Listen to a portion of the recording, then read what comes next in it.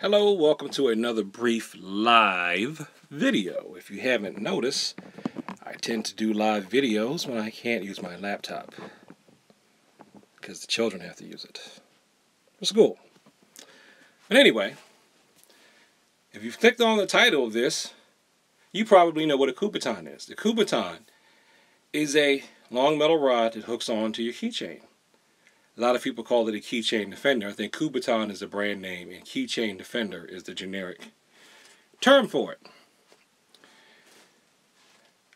The Kubaton is very popular as a weapon near where I live at. I live in Prince George's County, Maryland. A lot of people have that thing. A lot of people. And when I first mentioned it to my sister and her daughter, and well, both of my sisters and their kids, they wanted one. Apparently it's the thing, and I think it's a thing in women's self-defense a lot, especially in the PG, County, Maryland, and DC area. But guess what? We have a lot of government buildings and government offices in this area too. And one thing they don't like at those buildings are weapons. So, I don't normally like to talk about anything to do with work on here. Anything to do with my day job on here. But at my day job, they were talking about safety, and this came up. And I asked, and someone sent me the PDF link, and I looked. So apparently there's a whole bunch of stuff you cannot bring into a federal building or on federal property. And among those things that a lot, and I mean, I didn't realize this until I started looking into these weapons because I wanted to add modern weapons to my system, are folding knives and the Kubaton. Those are two things that are pretty easy to get, and you can't take them to work with you if you work in the federal building. So, just a word to the wise. So, all you who think, I just stab them, I just hit them with the Kubaton, no, no, no.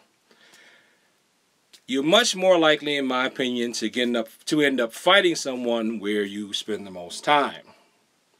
So if anything's going to go violent, it probably might, it might happen at your job unless you're taking a detour through an alley someplace that you don't need to be.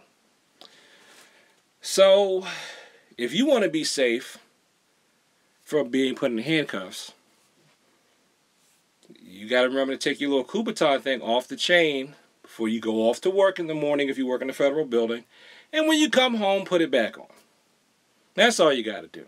Okay, now I'm pretty sure that depending on where you work at, there might be some security people who might not care. You know, because I've asked on a few contracts back I was on. I've asked because I saw it one time. I was like, "Can you take that?" They'll say, "I don't look at that. I don't really care about that or whatever." But if you look on the PDF on Homeland Security's site, it's there. And it was also good for me to see that too because it says martial arts weapons, period.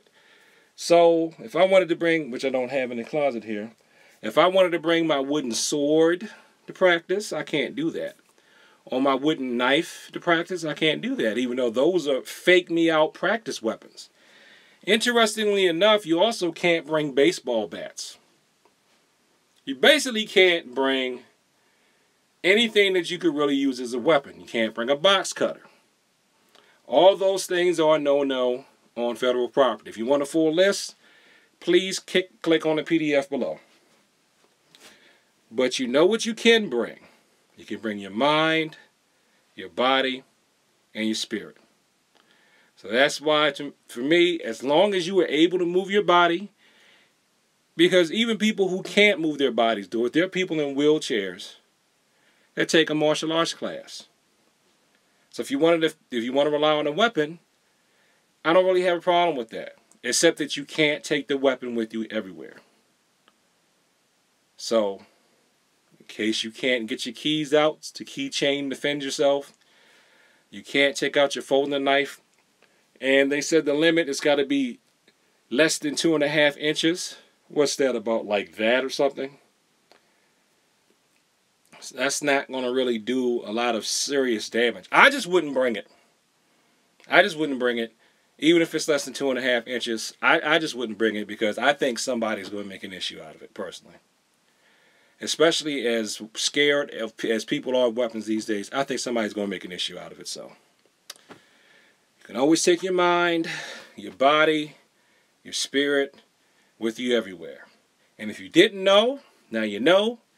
And I'm not claiming to be an expert on this whole thing. So I put a link to my source below.